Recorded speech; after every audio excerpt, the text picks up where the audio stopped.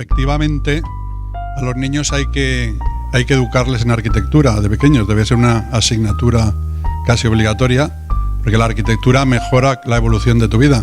Pero también tendría que ser obligatoria la asignatura de cocina, porque la cocina mejora la salud. Soy Alfredo Villalba, soy el director de Fractalia Smart Projects, una nueva compañía dentro del grupo Fractalia que se dedica a hacer arquitectura inteligente y ingeniería creativa. O sea, queremos hacer una integración en la nueva arquitectura donde se apliquen las nuevas tecnologías, las nuevas funciones y las nuevas necesidades de los habitantes de los espacios, que es lo que os voy a contar. Mi formación es ingeniero industrial y además cocinero científico. Pues era perfecto, ¿no? El foro y la oportunidad. ¿Verdad? Mi ponencia es Smart House, pero sí quiero hablar un poco de domótica y de tecnologías en el hogar, dando una pequeña masterclass de 5 minutos y luego ya iremos entrando en materia. La casa que presento, curiosamente, es una casa de un gastrónomo, o sea, es un centro gastronómico y de cocina que fue Premio Nacional de Domótica en el año 2006, pues que en el año 2014 ha sido también premio de mejor instalación gastronómica tecnológica por la Academia de Gastronomía. Entonces, la cuento para daros una idea de dónde veníamos y hacia dónde vamos. Esta casa es un palacete en el centro histórico de Sevilla, detrás de la Macarena, en una zona bastante complicada, pero que se empezó a modificar el espacio, pero todo orientando hacia una bodega de vino que luego tenía que ir subiendo por las plantas y tenía que convertirse en un centro gastronómico. Como entonces estaba muy de moda la domótica y las nuevas tecnologías, en esta vivienda se incorporó todo lo que se puede incorporar. Eran elementos meteorológicos, sondas de temperatura, analizadores de espacio interior, fuentes de energía renovable, motorizaciones y luz natural, todos los temas de ocio y conectividad, que además daban pie a iniciar una nueva filosofía dentro de la casa, pues la casa antiguamente o el hogar se desarrollaba y mantenía la familia unida pues alrededor del fogón, ¿no? Del fuego.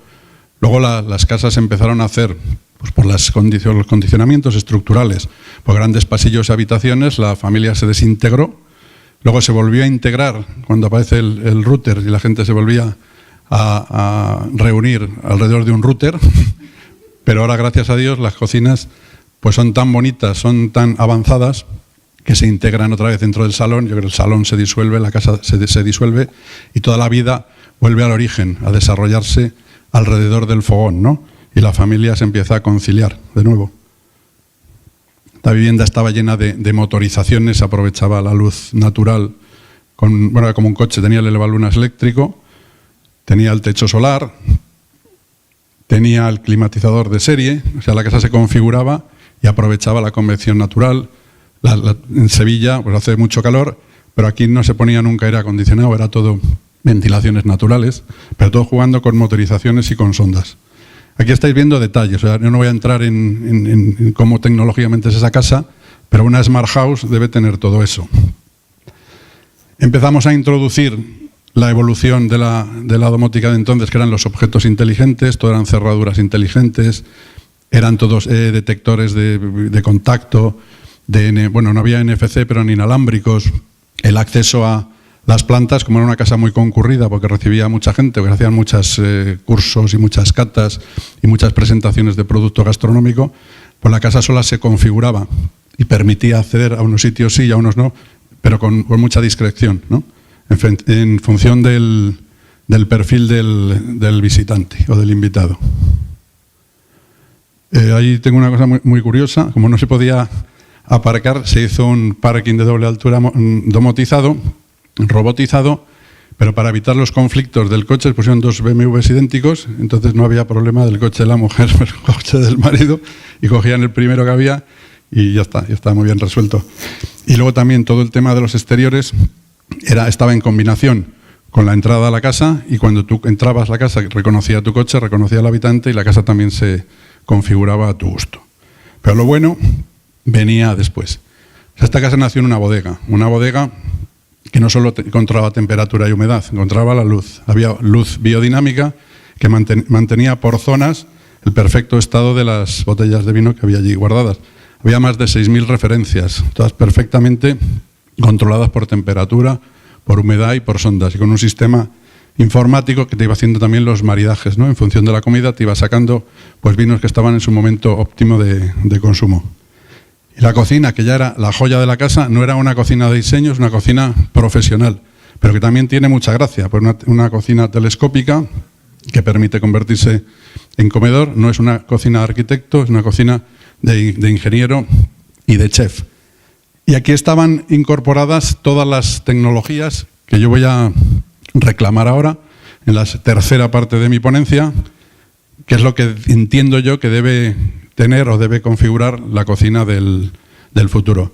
Por supuesto, había máquinas de vacío, había cocción de baja temperatura, había ultracongeladores, hay liofilizadoras, hay deshidratadoras, hay elementos de regeneración sistemas de regeneración de alimentos, hay máquinas como la Pacojet que te permite hacer un helado de cualquier cosa, aunque parezca mentira.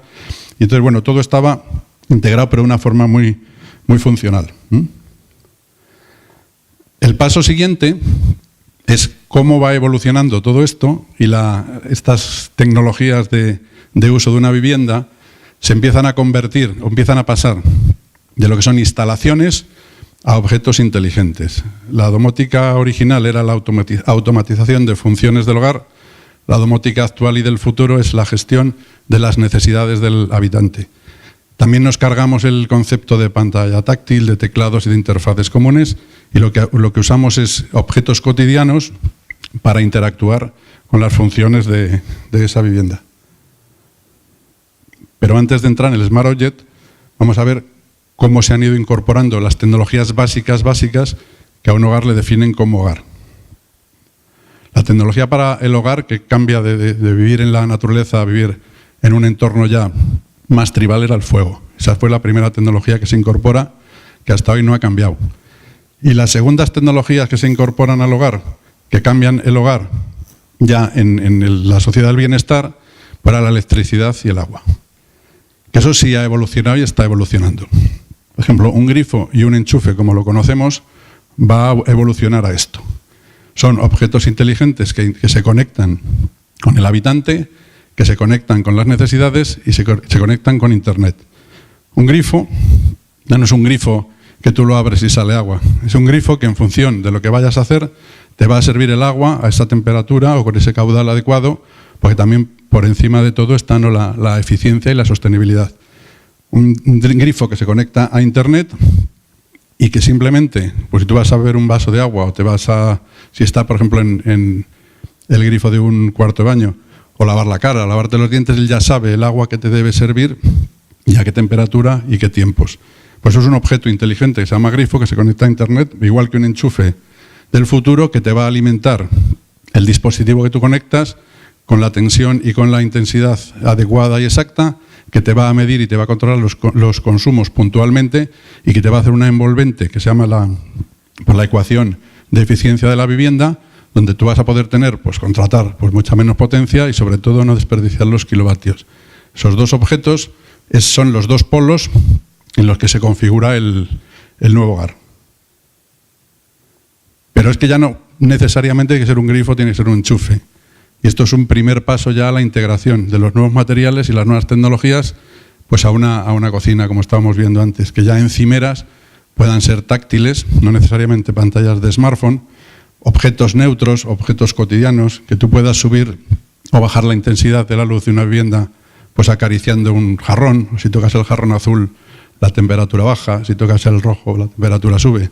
O sea, es otro diálogo de las personas con la tecnología. La tecnología se hace neutra y la tecnología se humaniza, pero pueden ser materiales naturales o materiales fabricados.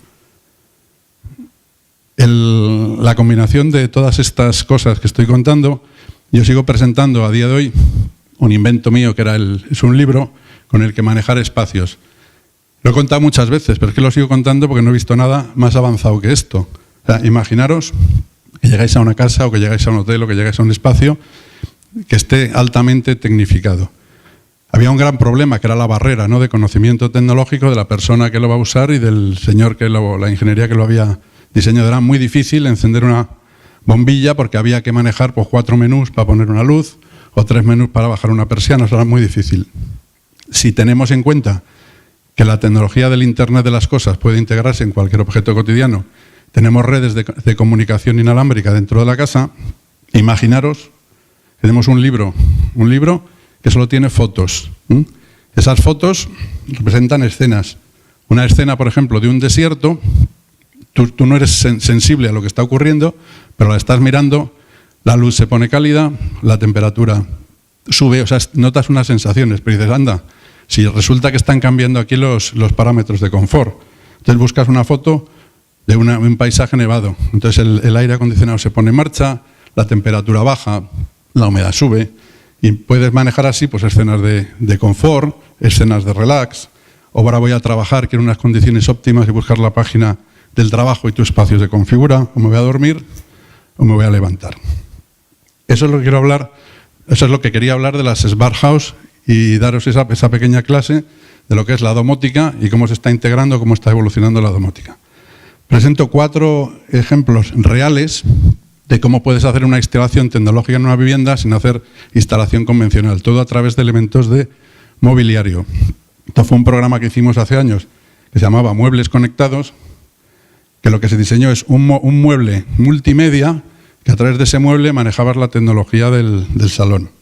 Era un media center conectado a red, un network media center, donde ya podías compartir toda tu música y todos tus vídeos sin necesidad de conectividad. Por supuesto, estaba motorizado en todos sus niveles, tanto para evitar reflejos o tanto para mejorar la ergonomía de visionado. Jugaba con elementos decorativos, pues como espejos multimedia, elementos cerámicos sensibles. Tenías configurados todos los perfiles de usuario y además estaba combinado con la gestión emocional del salón, que era la iluminación biodinámica, la temperatura y la acústica de ambiente. Ese mueble se podía completar con un sofá, que ese sofá era como un gran termostato, era un sensor de presencia. Todos los sensores de seguridad de la vivienda sin instalación se incorporaban en ese mueble, de temperatura, de humedad, de intrusión. Podía ser configurado para vigilar a un enfermo o a una persona mayor en función de las veces que se sentaba o se levantaba. También tenía tejidos sensibles al tacto, era la central domótica de la vivienda y estaba preparado para multimedia. Este programa se desarrolló también hace años y ya incorporaba tabletas táctiles, smartphones, antes de que existiesen, pero estaba preparado para ello. Hicimos el baño del futuro, que este era un baño muy emocional. La parte de eficiencia pues me la salto porque lo conté antes con el grifo, pero tenía unas duchas sensoriales donde tú podías manejar una serie de escenas que imitaban la naturaleza, pues una cascada de agua, una lluvia tropical, un otoño nipón, o sea, una serie de sensaciones que también combinaban la luz con los aromas y hacían desde luego la gestión, o sea, la experiencia de la ducha en algo mucho más placentero. Y por último, hicimos una cocina. Una cocina muy tecnológica, que por supuesto pues veía si te dejabas el agua abierta, si se escapaba el gas, si se ardía el aceite de la sartén, pero lo más interesante era que analizaba todos los perfiles de usuario, tus tolerancias, tus gustos y todas tus necesidades a la hora de comer. Te generaba además o te sugería una serie de recetas o de menús y llegaba al límite de que te optimizaba lo que había en el stock que había en el frigorífico. Muchas veces tú abres un frigorífico de una casa cualquiera y si es un soltero es más triste y puede haber una lata ahí de escabeche medio seco, una lechuga en el fondo que da pena verla y un yogur que está a punto de caducar. Pues esta cocina Long Life era capaz de con eso pues crear magia, ¿no? Y decía, bueno, pues tienes esto que lo tirarías, pues te puedes hacer mejor una ensalada templada de escabeche de bonito, con un crujiente de lechuga, sobre una emulsión de yogur a punto de caducar. Pero ya es otra cosa, ya es otra cosa. Y así te lo comes. Pues ese fue el primer, digamos, paso a crear ya esa cocina del futuro integrado en el salón.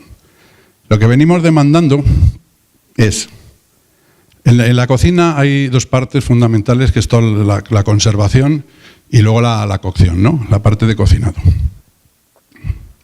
La convencional va a tener un frigorífico, un horno, da igual convencional, o de microondas que se ha utilizado casi para descongelar, y unos fuegos para freír. Eso normalmente se carga, la comida, o sea, se carga cuando la ultracongela o la congelas, se carga cuando la descongelas y se carga cuando la achicharras. Pero se han ido haciendo así. Desde hace también unos años es tendencia a la nueva cocina, se pone de moda los chefs, las estrellas Michelin, todo el mundo es experto, ¿no? Y vas a restaurantes, ves recetas que luego es imposible que reproduzcas en tu casa. Lo que nosotros estamos pidiendo es que a fabricantes como Miele, que ya lo tiene, porque tiene un catálogo muy amplio, hemos estado viendo arriba ya unos hornos muy interesantes, que empiecen a introducir o a domesticar ciertas cosas, pues como son equipos de ultracongelación de por debajo de los 65 grados, bajo cero, claro.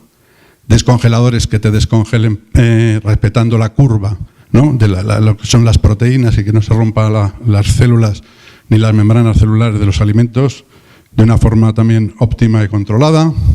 Máquinas de vacío para conservar un alimento en estado óptimo sin tener que congelarlo y que la propia agua se cargue lo que es la estructura interna del alimento. Abatidores de temperatura para que una vez que estás calentando puedas meter un golpe de energía en frío para sacarla de la zona de riesgo donde empieza a desarrollarse la flora bacteriana. Máquinas de envasado con atmósfera modificada, o sea, no necesariamente el vacío es la mejor forma de conservar. Pero hay o pescados o carnes o frutas que se comportan mejor pues con nitrógeno, con anhídrido carbónico o con niveles de concentración de oxígeno diferentes. La deshidratación de alimentos que se está usando mucho en coctelería, pero la deshidratación lo que hace es también cambiar un poco la morfología. El paso siguiente es la liofilización, poder conservar alimentos liofilizados, que es una ultracongelación y extracción del agua, pero desde el estado sólido, entonces mantienen la misma forma y la misma estructura. El almacenamiento, pues casi todos los fabricantes de cierto nivel ya respetan la norma Gastronorm, que es la norma que se creó en el 64 por ahí en la Escuela de Gastronomía Suiza. Todo esto también optimiza el almacenaje, optimiza el consumo, optimiza la preparación, porque todos los electrodomésticos o todos los elementos de procesado de cocina deberían estar diseñados para este tipo de recipiente, más allá del diseño.